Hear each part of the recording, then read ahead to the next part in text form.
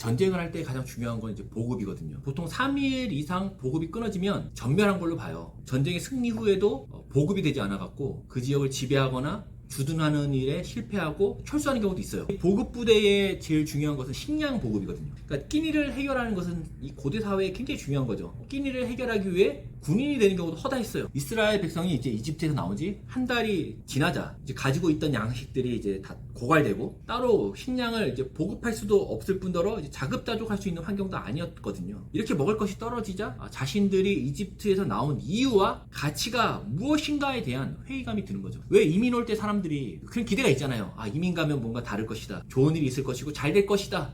한국에 있는 재산을 정리하고 그렇게 이민을 오면 어려운 거죠. 그때 많은 분들이 이런 생각을 합니다. 왜 내가 굳이 이민을 왔을까? 뭐하러 와서 이렇게 사소한 고생을 하는가? 그 목적과 가치를 잃어버리게 되면 다시 귀국을 하게 되거든요. 출애굽한 이스라엘도 당연히 광야의 어려움으로 인하여 다시 어떤 마음이 생기는 거죠? 이집트로 다시 돌아가고 싶은 마음이 생기는 건 사실 자연스러운 겁니다. 그들이 특별하게 무식하거나 악하고 나빠서 그런 게 아니라 사실 모든 성도들이 이와 유사한 경험들을 다 한다는 것이죠. 이들이 생각하는 구원이라는 것은 3절의 원망의 내용을 들어보면 알 수가 있어요. 뭐라고 얘기합니까? 우리가 애굽 땅이 중요한 게 아니에요. 뭘 했냐가 중요하죠. 고기가마 곁에 앉아있던 때, 떡을 배불리 먹을 때 여호와 손에 죽었으면 좋았을 거예요. 그러니까 환경의 변화, 억지로 노동을 하지 않게 되고 자신의 소유가 생기고 또 뭔가 편안한 환경에 이르는 것을 그들은 구원이라고 이해를 했다는 거예요. 이런 불평에 대해서 하나님은 4절에 얘기합니다. 내가 너희를 위하여 하늘에서 양식을 비같이 내리리니 백성이 나가서 일용할 것을 날마다 거둘 것이라.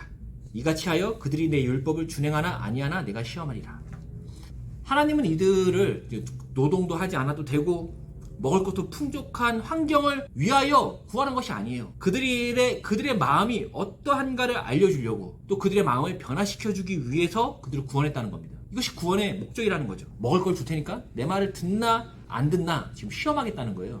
이 부분의 어떤 비하인드 스토리, 그러니까 모세와 하나님만의 아는 스토리를 신명기 8장 16절에 가면 이제 기록이 되어 있죠. 2절에 보면 얘기하죠. 너를 시험해서 뭐냐면 너 마음이 어떤지, 말씀을 지키는지 지키지 않는지 알려고 한다는 거예요. 이스라엘이 생각하는 구원은 그런 거예요. 노동에서 벗어나고 자기의 소유가 생기고 정말 자기가 가질 수 있는 것, 편안함에 이르는 것으로 이해했지만 이것으로 진행되지 않으니까 어떤 게 생기냐? 원망이 생기는 겁니다. 뭐야, 우리가 생각한 거랑 다르네. 하나님은 환경의 보상이 아닌 하나님의 말씀과 하나님의 백성으로 저들을 세우고자 구원을 하셨다는 거죠. 그래야 그 가나안 땅에 들어가도 의미가 있으니까요. 사람이 준비돼야 땅도 있는 거죠. 저들에게 필요한 것은 환경과 조건의 변화가 아니었음을 이제 만나 사건을 통해서 그들이 확인하게 되는 거예요. 하나님의 말씀을 듣느냐 안 듣느냐, 배가 고프면 환경이 나쁘면 안 듣고 배가 부르고 환경이 좋으면 듣는 것이 아니라 너희의 본심이 문제가 있다. 너희의 본심의 문제로 인하여 하나님의 말씀이 필요하다는 얘기를 하는 겁니다. 이스라엘 백성들은 자신들이 하나님의 백성으로 그 말씀을 따르고자 했어요. 근데 그들이 얘기하는 겁니다. 배가 고프기 때문에, 환경이 나쁘기 때문에 순종을 못하겠습니다 라고 하는 것이고, 하나님이 먹을 것을 주심으로, 그 환경을 주심으로 너희가 순종하는가 순종하지 않는가를 확인시켜 주시는 것이죠. 이렇게 환경이 좋아지면 순종했을까요? 안 했을까요? 이스라엘은 광야 생활 동안에 가나안에 들어갈 때까지 이 만나와 메추라기가 끊어지지 않았어요. 그러니까 먹을 게 항상 있었다는 거예요. 또한 의복이 헤어지지 않았고 발이 부르트지 않는 그런 희한한 일들이 있었고, 정갈이라든지 어떤 식물로 인하여 질병을 경험하지 않았음에도 불구하고 또 아침에는 구름 기둥이 있어서 그늘을 만들어주고 밤에는 불기둥이 있어서 어떤 온실을 만들어줬음에도 불구하고 내내 뭐 했습니까? 원망과 불평과 이집트로 돌아가겠다, 하나님이 약속을 지키지 않았다 같은 얘기들을 했던 것이죠. 하나님이 보여주는 겁니다. 내가 환경을 줘도 너희는 어떻게 한다? 불평한다는 거죠. 그게 너희의 마음이라는 겁니다. 결국 원망의 이유는 환경이 아니라 그들의 마음에 문제 있었다는 것을 확인시켜 주시고 그것을 시험하시는 것이죠. 환경과 관계없이 하나님에 대한 신뢰가 없었음을 보여주는 겁니다. 하나님은 이들의 이러한 마음을 고치실 의무와 책임이 있으시죠. 그걸 하셔야 되죠.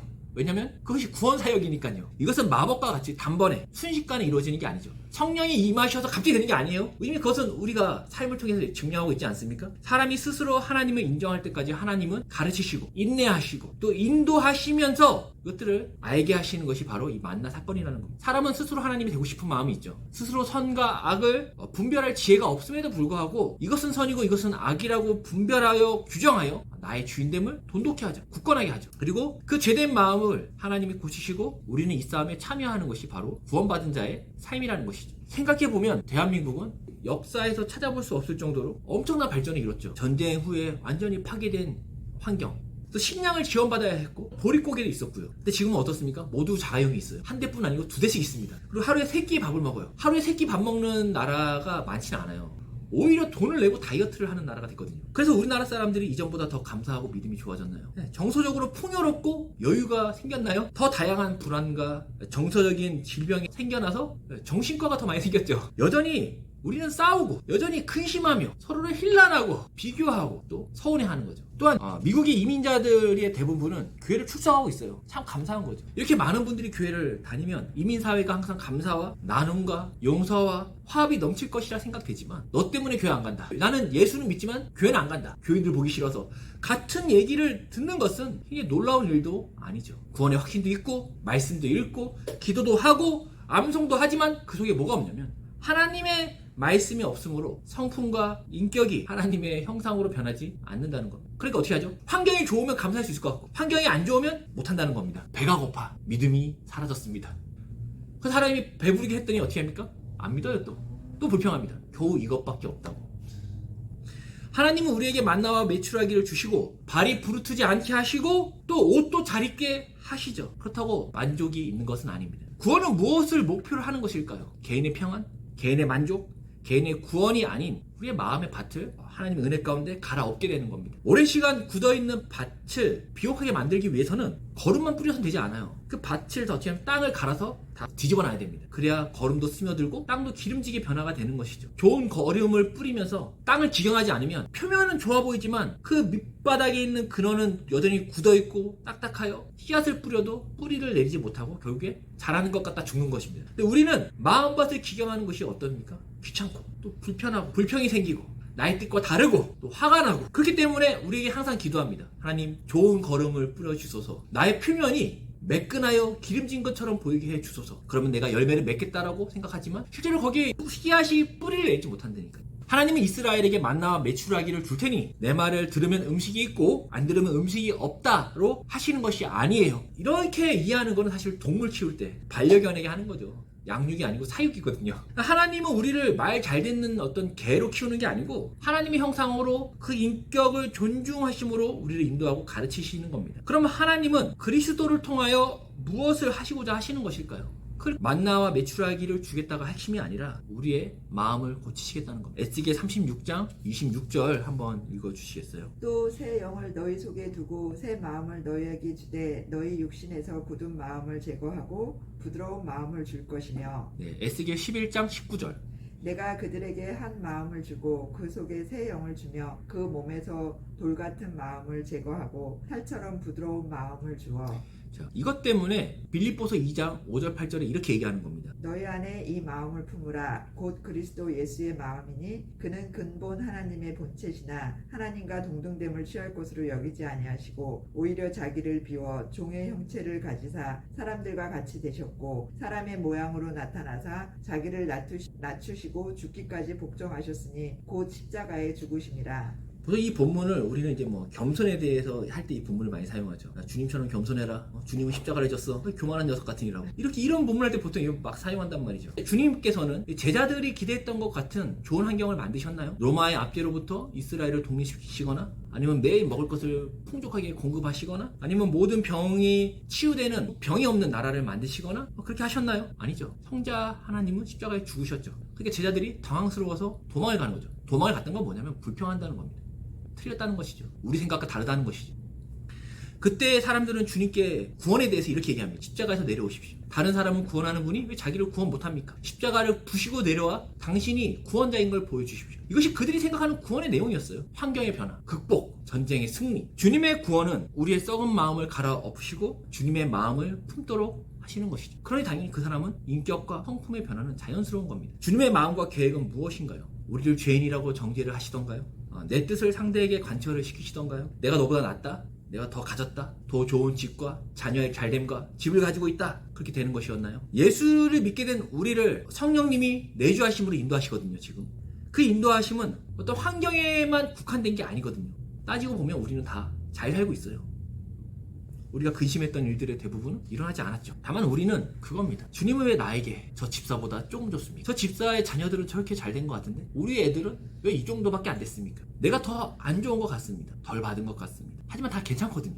환경의 변화보다 하나님의 말씀을 내 양식으로 삼게 하시는 것이 바로 성령의 인도하심의 사역이라는 겁니다. 그 말씀으로 저 사람이 아니라 너나 나나 마음의 갈아엎어짐을 당하고 변화를 경험하는 것이죠. 하지만 우리도 이스라엘처럼 말하는 겁니다. 환경이 어려워서 신앙생활을 못하겠습니다. 저 집사보다 덜 받아서 힘이 듭니다. 하나님은 우리를 구원하사 하나님의 사람으로 하나님의 백성으로 만들고 계신 거예요. 우리는 지금 이 싸움에 있는 거죠. 돈이 더 생기면, 건강이 더 좋아지면, 환경이 좋아지면 충성하고 전도하고 헌신하겠다가 아니고 다른 사람을 평가하는 자신을 보면서, 개구리 올챙이적 기억 못하는 자신을 보면서, 열등감과 우월감에 빠지는 자신을 보며 하나님의 말씀을 양식으로 삼아 그 말씀을 따라 하나님의 뜻을 분별하고 행하고자 하는 싸움을 해야 한다는 겁니다. 그러니 하나님의 말씀을 통해서 우리가 뭘 해야 되냐? 윤리와 도덕을 보는 게 아니에요. 하나님이 어떤 분인지 알고 또 그걸 통해서 내 상태가 어떤지 알고 또 이 세상이 어떤지를 알아 계속하여 전진하고 변화하는 은혜가 우리 가운데 있어야 하는 거예요. 이 싸움에 우리는 승자이고 하나님이 이를 도우신다는 것이죠. 이것이 하나님의 약속입니다. 이제 우리가 이제 출애굽기 16장 11절에서 16절을 보면 이제 만나와 메추라기를 내리고 또 만나에 대한 설명을 지금 해주고 계세요. 출애굽할 때 가져왔던 식량이 떨어지자 아까 얘기한 것처럼 불평이 생기는 거죠. 현실의 어려움이 영적인 어려움으로 가게 되는 것은 우리 모두가 경험하는 현실이죠. 되는 일이 없고 어려움이 있을 때 사람들은 생각합니다. 삶에 대해서 또 죽음에 대해서 또 소망의 끊어짐에 대해서 생각을 하게 되는 거죠. 영원할 것 같은 거죠. 이스라엘의 불평의 내용은 사실 깊이가 있어요. 종되었던 이집트에서 놀라운 이적과 홍해의 갈라짐으로 인해서 우리를 끄집어내신 하나님이, 그 놀라운 하나님이 우리를 광야에서 굶어 죽게 하는 것이라면 그 구원과 기적이 무슨 소용이 있는가, 무슨 의미가 있는가라는 것이죠. 그렇죠? 홍해의 갈라짐은 보았지만 당장의 어려움으로 인해서 그 하나님의 초월을 기억하지 못하는 것이 사실 우리도 그렇죠. 겨울 되면 사람들이 항상 얘기하죠. 추워 죽겠다. 여름이 빨리 왔으면 좋겠다. 여름이 되면 항상 얘기합니다. 더워 죽겠다.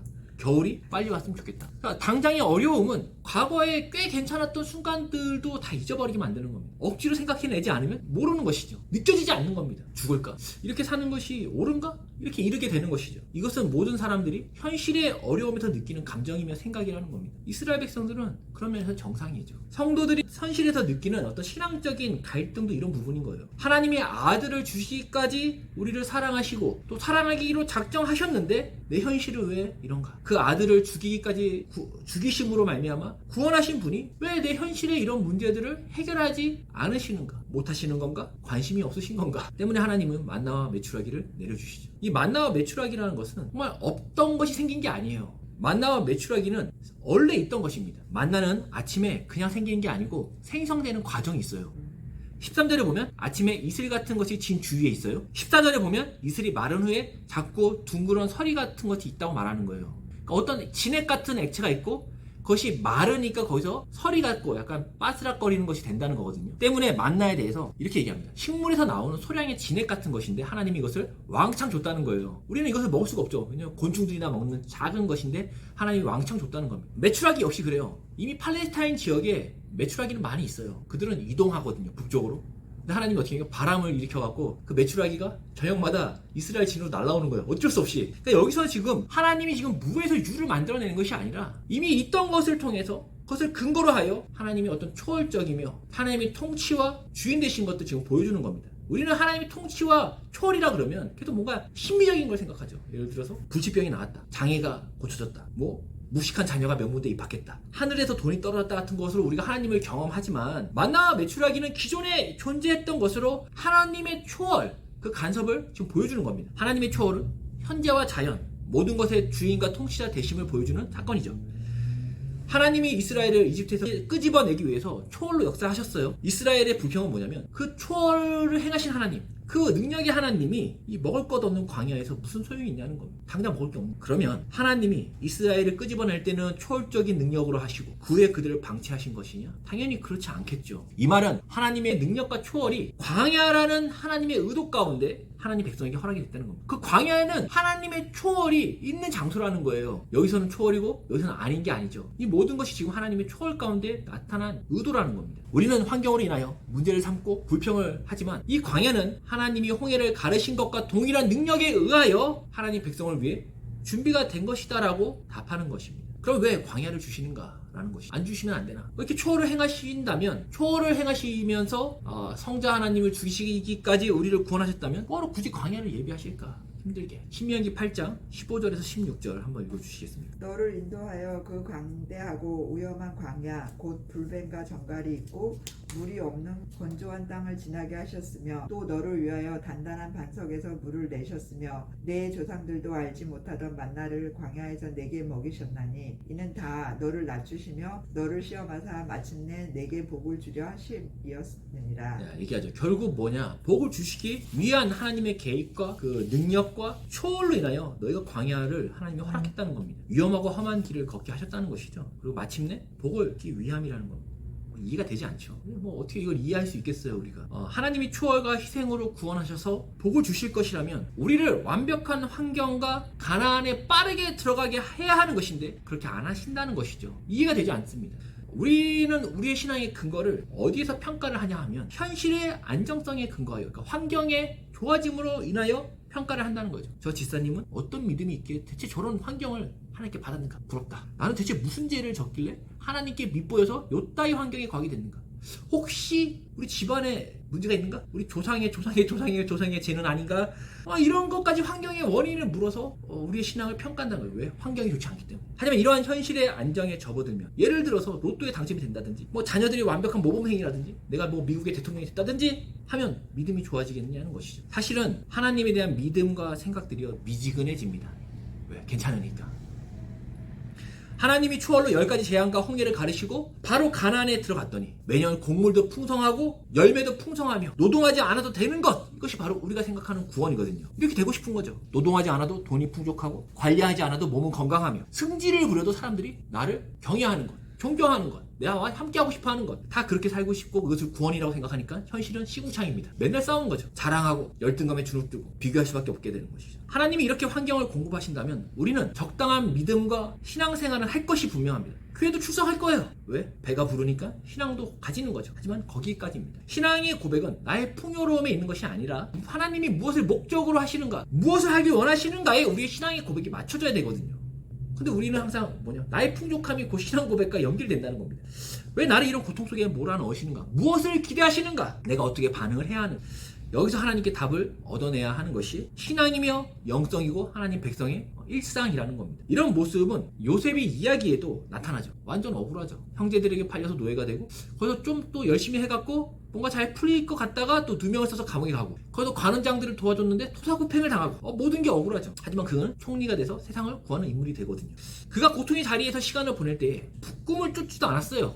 그런 환경에서 무슨 꿈을 꿉니까? 큰 낙심과 실망을 하였죠. 이것은 그가 총리가 됐을 때에 그가 계명을 하고 또 그가 파라오의 주선으로 이방 여인과 결혼하는 걸 볼 때에 알 수 있거든요. 실망한 겁니다. 끝난 거죠. 이런 이해가 되지 않는 환경에 대하여 시편 105편 19절에서 요셉에 대해서 이렇게 이야기를 합니다. 한번 읽어주시겠습니까? 곧 여호와의 말씀이 응할 때까지라 그의 말씀이 그를 단련하였도다. 하나님의 말씀이 이루어질 때까지 하나님이 어떻게 했다? 그를 단련했다는 겁니다. 그는 이해가 되지 않았죠. 사실 누가 이해하겠습니까? 또 알 수 없는 갈등으로 이 시간들을 지내야 했던 것이죠. 하지만 그가 결국에 하나님의 뜻을 이해하게 되었고 모든 시간들을 용납하게 되었으며 형제를 용서하게 되는 것으로 적용이 되거든요. 우리는 성도로서 하나님이 나에게 무엇을 목표로 하시기에 이런 길을 걷게 하시는가를 생각을 해봐야 됩니다. 하나님이 우리에게 이미 주신 구원, 성자 하나님을 십자가에 죽이시고 또 성령을 주시며 믿음을 주시고 결국 승리하게 되는 자녀로서의 그 성장하기까지 우리는 이 과정들을 견뎌내야 한다는 것이죠. 하나님이 준비한 성도의 영광을 믿음으로 그 과정들을 우리가 걸어가야 한다는 겁니다. 그 과정이 없으면 하나님의 영광도 없는 것이죠. 자, 마태복음 6장 9절 11절 한번 읽어주세요. 그러므로 너희는 이렇게 기도하라. 하늘에 계신 우리 아버지여, 이름이 거룩히 여김을 받으시오며 나라가 임하시오며 뜻이 하늘에서 이루어진 것 같이 땅에서도 이루어지니이다. 오늘 우리에게 일용할 양식을 주시옵고. 자, 이 주기도문은 하나님의 마음이죠. 내 마음이 그러니까 너희는 이렇게 기도해. 내가 그렇게 할게. 자, 보면 이입니다. 나라가 임하소서. 하나님의 통치가 임하기를 구하는 거죠. 하나님의 통치를 내가 수용하여 하나님의 다스리심이 내 삶과 존재를 통해 나타나기를 구하는 겁니다. 하나님이 통치하셔서